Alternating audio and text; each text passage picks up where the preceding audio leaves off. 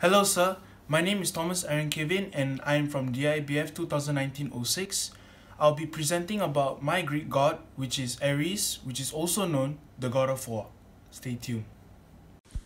Ares, in Greek religion also known as god of war, or more properly, the spirit of battle. Unlike his Roman counterpart Mars, he was never very popular and his worship was not extensive in Greece.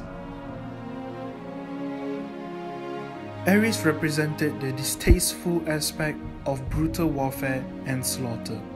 In literature, Ares represents the violent and physical untamed aspect of war, which is in contrast to Athena, who represents military strategy and generalship as the goddess of intelligence.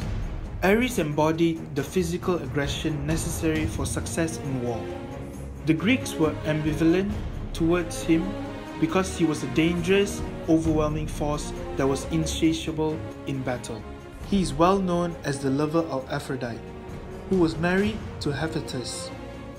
And though Ares plays a limited role in literature, when he does appear in myths, it's typically facing humiliation.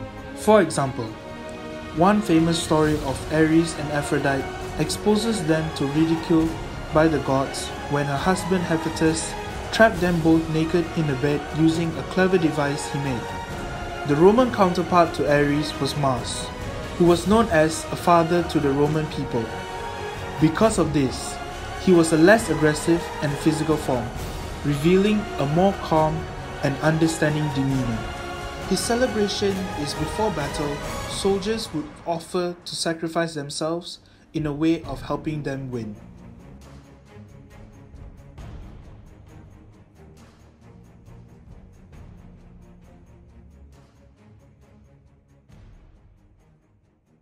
Thanatos, the personification of death, was imprisoned by King Cephissus after the king had tricked the death into handcuffing himself.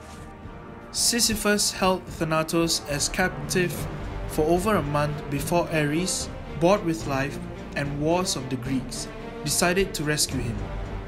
He went before the king and threatened that he would decapitate him if he refused to release Thanatos and turn himself into Hades' prisoner.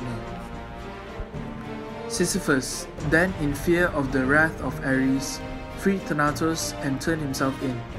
But later, Hades, on the advice of Persephone, released him from the underworld after Merope, a wife of Sisyphus, on his order threw his naked body into the middle of a public square. He convinced Persephone that he wants to scold his wife for not burying his body and giving it a proper funeral. When released, he scolded his wife, but had no plan of returning back to the underworld. As a punishment for his trickery, Zeus sent Sisyphus to Tartarus and made him roll a huge boulder up a steep hill for eternity. Before he could reach the top, the massive stone would always roll back down, forcing him to begin again repeatedly. Ares was a son of Zeus and Hera. Unloved by his father and preoccupied mother, he was forced to live under his own guidance at Mount Olympus. He one day went missing in his quest to protect his home and the kingdom of the gods. No one really cared about it, and it later turned out that he was abducted by twin Alladite giants who wanted to destroy the gods. Young Ares was imprisoned in a bronze jar for 13 months, until the mother of the giants found out about their hostile behavior and informed Hermes, who came to rescue and freed him from the clasp of the malevolent giants. And as the quotes go by Euripides, Ares, the god of war, hates those who hesitate.